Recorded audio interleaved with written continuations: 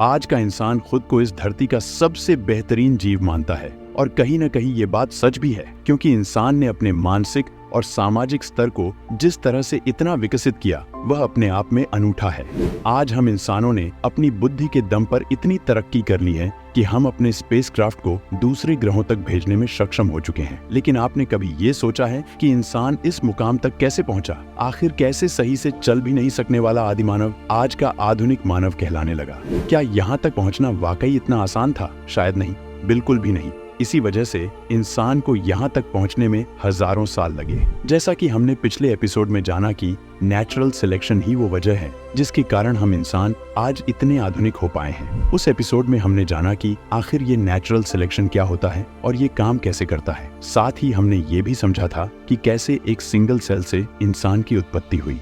तो आज के इस एपिसोड में हम ये जानेंगे कि इंसानों की उत्पत्ति के बाद आखिर इंसान इतना आधुनिक कैसे बना। वैसे अगर आपने हमारा पिछला एपिसोड नहीं देखा है तो इस वीडियो के बाद आप वो भी देख सकते हैं। दोस्तों, आज के समय में जिस तरह से हम अपनी जिंदगी जी रहे हैं वह जिंदगी पूरी तरह से अलग है। हजारों साल पहले का इंसान लगभग 20 लाख साल पहले पाषाण काल में जंगली जानवरों के बीच जंगलों में रहता था। वह 4 पैरों पर चलता था और दिन भर खाने की तलाश में भटकता रहता था।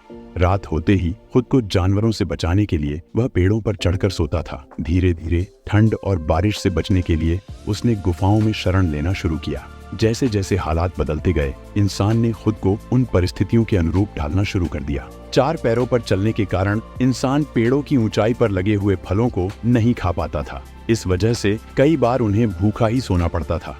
लेकिन यहाँ पर एक बार फिर हमारी मदद नेचुरल सिलेक्शन ने की। जब इंसान पेड़ों पर ऊंचाई पर लगे फलों को देखता तो वह उन फलों को तोड़ने की कोशिश में 4 पैरों की बजाय 2 पैरों पर खड़ा होने लगा और अपने शरीर को बैलेंस करने की कोशिश करने लगा। धीरे धीरे समय के साथ इंसान 2 पैरों पर चलना सीखने लगा। इससे उसके हाथ स्वतंत्र हो गए होंगे, जिनका इस्तेमाल वह धीरे धीरे चीजों को खोजने, पकड़ने और उठाने में करने लगा।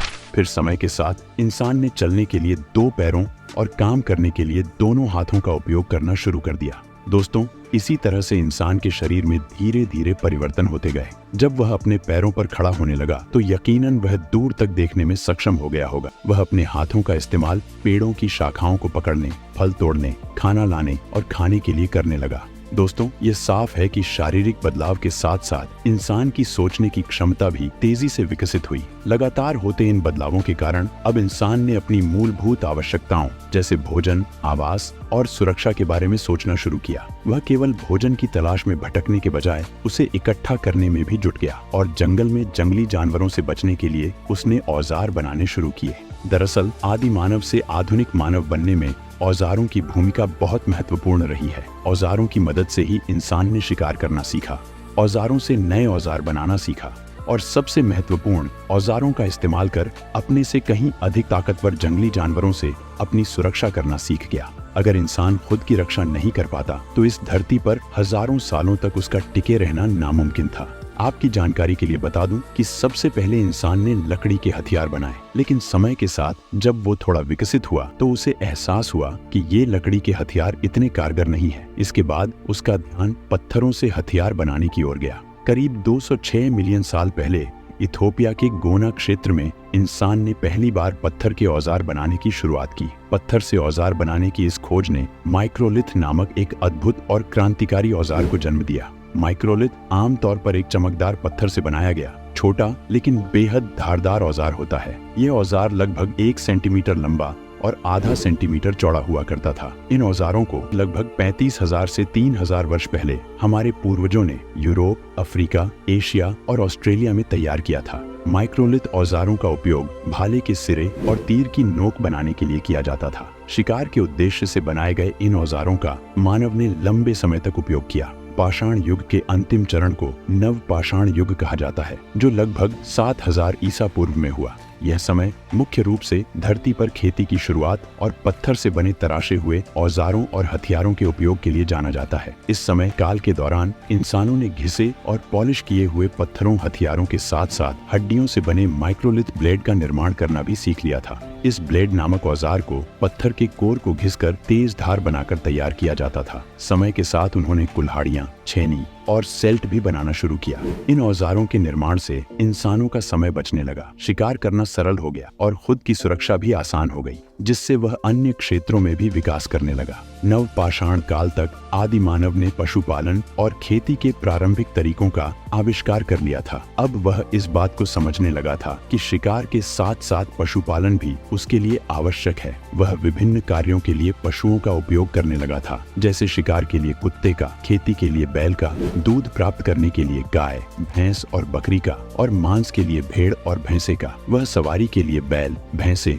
और घोड़ों का भी इस्तेमाल करने लगा था। आर्कियोलॉजिस्ट्स के अनुसार भारत में कृषि की शुरुआत लगभग 10,000 साल पहले हो चुकी थी। इस दौर तक इंसान चना, गेहूं, कपास, चावल, रागी और जौ की खेती करना सीख गया था।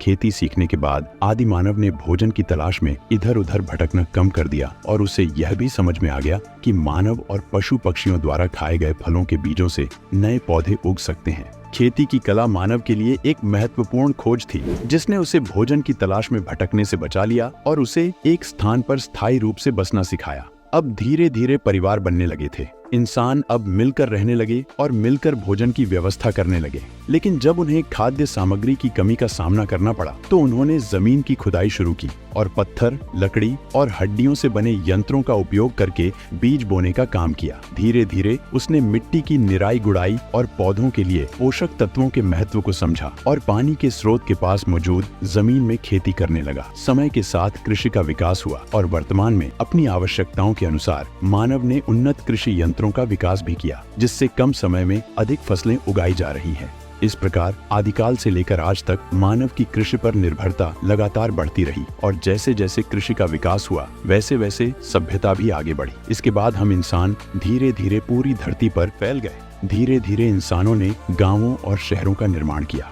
उसके बाद हमारी सभ्यता और संस्कृति का जन्म हुआ। साथ ही हमारी रुचि विज्ञान और गणित में बढ़ने लगी। हम धीरे धीरे इन विषयों को समझते जा रहे थे। इसी बीच कई महान बुद्धिमान व्यक्ति आए, जिन्होंने अपनी दिमागी क्षमता में बल पर हमारा इस दुनिया को देखने का तरीका ही बदल दिया। उन्होंने असंभव सी लगने वाली खोजें की। हम इंसानों ने हवाई जहाज, रॉकेट इत्यादि का निर्माण किया। हमने अपना पहला कदम चांद पर रखा। अब हम मंगल ग्रह पर भी जाने के सपने देख रहे हैं। न जाने हम और कितना विकसित होंगे। भविष्य के गर्भ ने न जाने कौन कौन से रहस्य छुपे हैं। कैसा होगा भविष्य में हमारा एवोल्यूशन? अगर आप भी इन सब सवालों के जवाब जानना चाहते हैं तो कृपया कमेंट में पार्ट 4 जरूर लिखें। अगर आपने इस वीडियो का पहला पार्ट नहीं देखा तो इस वीडियो को एक लाइक और चैनल को सब्सक्राइब करके आपके सामने आई इस वीडियो पर क्लिक कर दीजिए। आपको बता दूं कि इस वीडियो को 5 लाख से भी ज्यादा लोगों ने देखा है, तो आप भी जरूर देखें। हम फिर मिलेंगे किसी नए टॉपिक के साथ। तब तक के लिए नमस्कार।